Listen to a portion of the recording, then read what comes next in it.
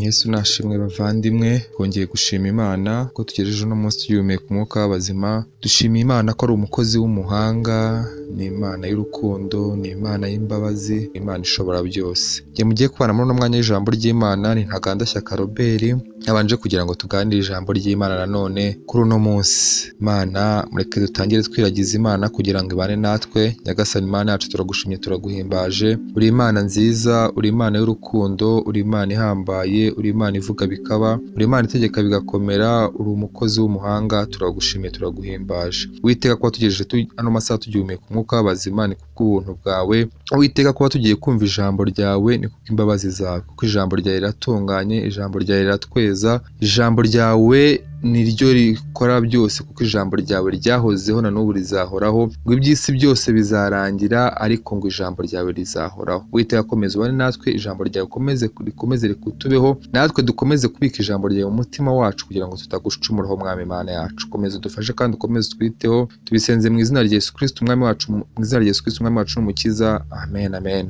Tugiye kubana uno munsi, tugiye kwiganirira ku gusenga. Gusenga ni ibintu bikomeye cyane. Gusenga ni intwaro y'umukristo. Gusenga ni ibintu tuba dukwiye gukora buri gihe cyose.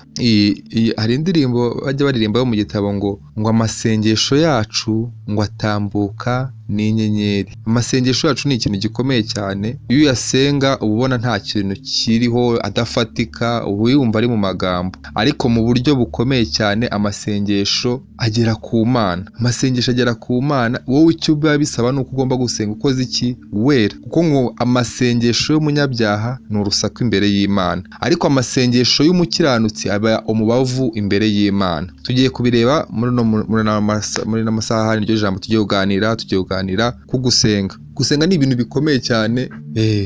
Duhere mu Baroma ibice 8 ku murongo wa 26 kugera kwa 27 aratubwiye ngo uko niko n'umwuka adufasha mu ntege nkeya zacu, kuko tutazi uko dukwiriye gusenga, ariko umwuka ubwe niwe udusabira aniha iminiho itavugwa, kandi arondora imitima izi ibyo umwuka atekereza, kuko umwuka asabira abera nk'uko Imana ishaka. Ngo uko niko umwuka adufasha mu ntege nkeya zacu, kuko tutazi uko dukwiriye gusenga. Twebwe abantu ntabwo tuzi uko dukwiriye gusenga. Ntuzumve umuntu atondekanya amagambo, azi gutondekanya amagambo akavuga ati n'umuntu azi gusenga, ariko ijambo ry'Imana ritubwira ko twebwe tutazi gusenga. Ngo twebwe dusenga ibyo dushaka, ibyo dukwisabira ibyo dushaka, ariko ngo umwuka wera, kuko twebwe ibyo dusenga dushyiramo intege nkeya zacu, kuko tutazi uko dukwiriye gusenga. Ngo ariko umwuka ubwe niwe udusabira aniha iminiho itavugwa. Umwuka wera uturimo niwe uhora udusabira ku Mana. Umwuka wera niwe uniha iminiho myinshi, niwe ubwira Imana akabwira ati akeneye iki, umwana wawe akeneye iki. Umwuka wera uba muri twebwe kuko niwe mufasha Yesu Kristo yaduhaye, niwe udufasha muri byose, niwe udufasha mu ntege nkeya zacu, kuko ijambo ry'Imana riratubwira ngo umwuka wera adufasha mu ntege nkeya zacu. Bivuze ngo no mu masengesho duba dufitemo intege nkeya. Iyo dusenga hari intege nkeya duba dufitemo, ariko umwuka wera tunihira iminiho akadusabira ku Mana, n'utugerera ku Mana. Kuko hano ukomeje 27 avuga ngo kandi ngo arondore imitima izi ibyo umwuka atekereza. Umwuka abazi ibyo imitima yacu itekereza. Umwuka abazi ibyo dukeneye twebwe. Kuko icyo ukeneye imbere hari icyo ugomba kubona, ariko umwuka wera akavuga ngo ndabanza ngusabire iki ngiki ku Mana, ndabanza nkuvugire iki ngiki ku Mana, mbere yo kuguha kiriya ndabanza ngusabire uburinzi, mbere yo nkora iki ngiki ukeneye iki ngiki. Umwuka wera abazi ibyo dutekereza mu mitima yacu, kandi wamenye ibyo dukeneye. Kuko ngo umwuka asabira abera kuko nk'uko Imana ishaka. Umwuka wera dusabira uko Imana ishaka. Umwuka wera amenya ibyo Imana ishaka kuri twebwe, akaba ari ibyo adusabira ku Mana. Rero za ntege nkeya zawe, hahandi wumva ufite intege nkeya kuvuga ngo sinzi gusenga, ngo ngiye se ko ntazi gusenga nka runaka. Hoya, wowe ya masengesho yawe usenga, kwa kundi ugenda usenga, umwuka wera aragufasha. Umwuka wera aragusabira kuko azi icyo ukeneye ku Mana. Umwuka wera kunihira iminiho ku Mana. Wowe icyo ugomba gukora muri za ntege nkeya zawe, zereka Imana unazisengemo. Umwuka wera azagufasha. Umwuka wera azakubera iki? Umurengezi. Umwuka wera azagufasha muri izo ntege nkeya zawe, ya masengesho yawe yongeremo imbaraga ayashyikiriza Imana.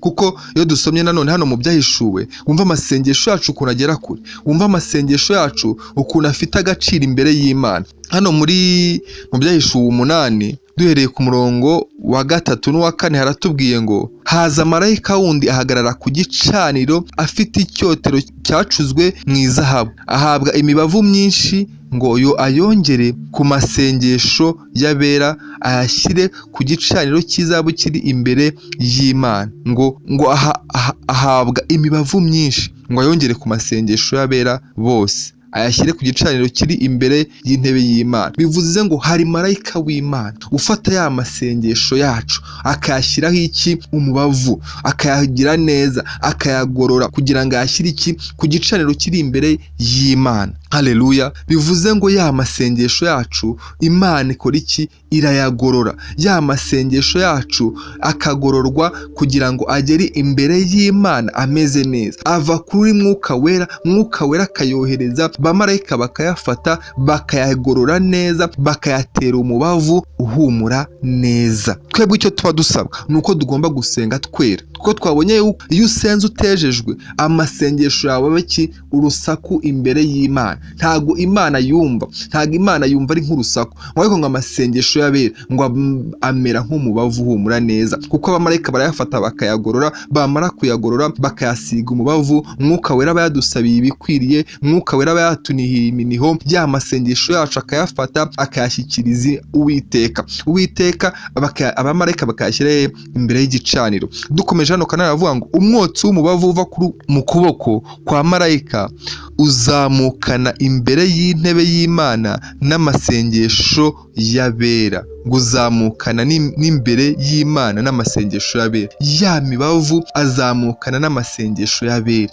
Wumvisemo ijambo rijemo ngo abera. Kuba abera twarabibonye ni ukuba wambaye ibyera, ni uguhora wejejwe. Rero ya masengesho yacu aba umubavu uhumura neza imbere y'Imana, Imana ikayishimira, Imana ikayahumurirwa. Rero amasengesho usenga saa y'ubusa. Amasengesho usenga icyo usabwa ni ugukomeza gusenga wera, kandi mu ntege nkeya zawe, hahandi ubona utabishoboye, Imana muri za ntege nkeya zacu niho ikorera. Mwuka Wera aba yayegoreye amasengesho, Mwuka Wera aba yatunihiye, Mwuka Wera aba yamenye icyo dushaka. Wowe komeza usenge muri za ntege nkeya zawe, kuko twiga ntituzi gusenga nk'uko twabibonye, ariko Mwuka Wera arayagorora. Kandi amasengesho yacu iyo dusenze twejejwe, iyo dusenze twera, aba umubavu uhumura neza imbere y'Imana. Rero ya masengesho yose usenga ujye umenya ko ari umubavu uhumura imbere y'Imana. Wowe icyo usabwa ni ugusenga wera, kwirinda gusenga utejejwe, kuko nuzisenga utejejwe amasengesho yawe azaba urusaku imbere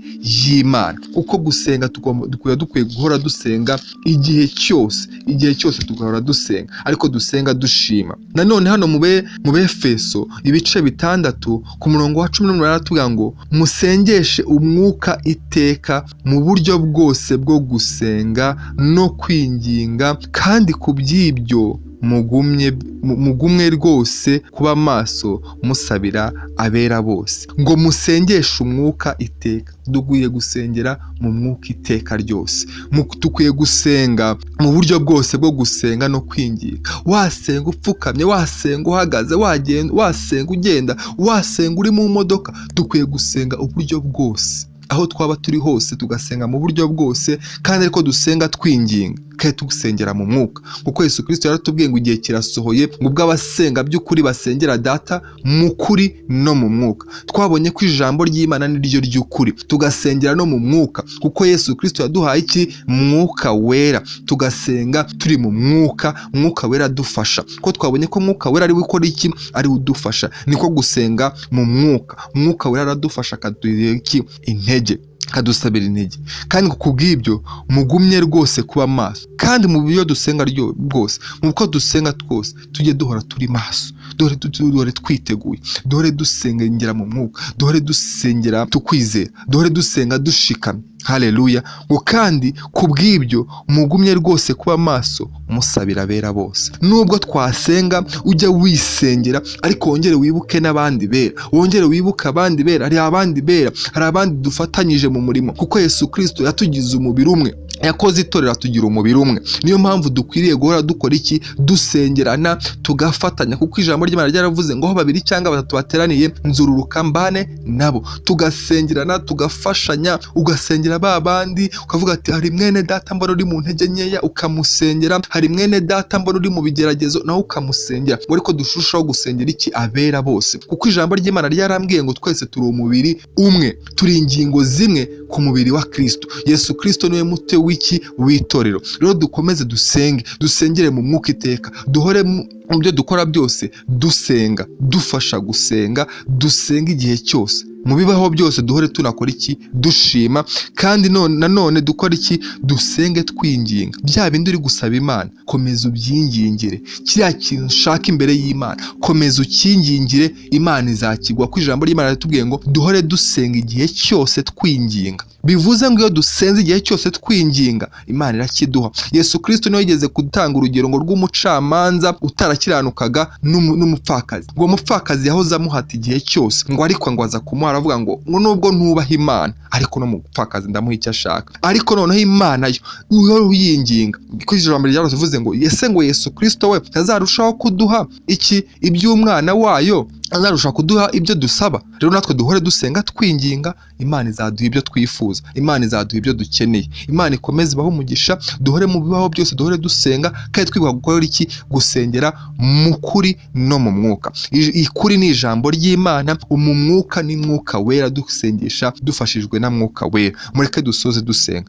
Nyagasani Imana yacu turagushimiye, turaguhimbaje kubw'ijambo ryawe. Uwiteka tubonye yuko udufasha mu ntege nkeya zacu mu gusenga. Uwiteka tukweretse intege nkeya zacu, tugira intege nkeya mu gusenga. Mwuka wera akomeza dufashe, mwuka wera akomeza tubeho natwe mu buryo bwo gusenga bwose. Ko waratubwiye ngo igihe kirasohoye, ubwo abasenga mu kuri dusenge mu kuri no mu mwuka. Natwe Uwiteka reka tujye dusenga mu kuri no mu mwuka, nuno mwene data asenge mu kuri no mu mwuka. Kandi Uwiteka uzi icyo gushakaho, reka akomeza gisengere yingingiye, nawe ukomeza umanura ibisubizo byiwe. Kandi Uwiteka mwe ujye ukomeza kutweza, kuko uri uwera kandi ubana n'abera. Komeza uhabwe icyubahiro kandi ukomeze udufashe muri byose, tubisenze mu izina rya Yesu Kristo umwami wacu n'umukiza. Amen, amen. Imana ikomeze ibahe umugisha, mukomeze mugire umugisha uturuka ku Mana. Imana ikomeze ibarinde, ibyiza bituruka ku Uwiteka byose nibyo mbifurije mu izina rya Yesu Kristo umwami wacu. Amen, amen. Shalom, shalom.